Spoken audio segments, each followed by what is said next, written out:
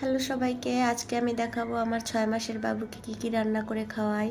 তো এটা হচ্ছে মুগ ডালের গুঁড়ো, মসুর ডালের গুঁড়ো আর চালের গুঁড়ো আর কিছুটা মিষ্টি কুমড়োর কুচি। আমি সবগুলো আগে থেকে গুঁড়ো করে নিয়েছি এজন্য, কারণ হচ্ছে যেটা ঝটপট রান্না করা যায় আর এটা অনেক দিন ভালো থাকে। আর মিষ্টি কুমড়োটা ছোট করে কেটে নিয়েছি, কারণ হচ্ছে যাতে তাড়াতাড়ি সিদ্ধ হয়ে যায়।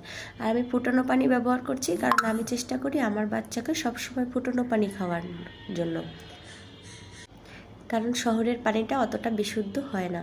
তো আমি এ পর্যায়ে পানি একটু বেশিই দিয়ে দিব, কারণ এটা সিদ্ধ হতে যতটুকু সময় লাগে আর চালের গুঁড়োটা সুন্দরভাবে রান্না হয়ে যায়। আমি হাত দিয়ে একটু দেখে নেব যে ভিতরে দলা পাকিয়ে গেছে কিনা।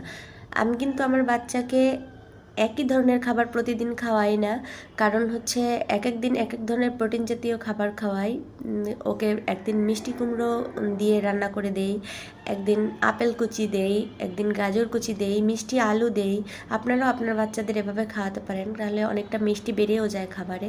তো আমি এটা রাত্রে বসিয়ে দিয়েছি, দেখতেই পেয়েছেন, এবং অনেকটা ঘন হয়ে গেছে। দেখিয়ে দিচ্ছি, অনেকক্ষণ পরে দেখালাম। যার বাচ্চা যতটা ঘন খেতে পছন্দ করে তারা ঠিক সেভাবেই রান্না করবেন। কারোর কথাই শুনবেন না যে প্রথমেই মাছ মাংস এগুলো দেয়া। 6-7 মাসের বাচ্চাদের মাছ মাংস দেয়া ঠিক না, 8 মাস থেকে এটা দিবেন।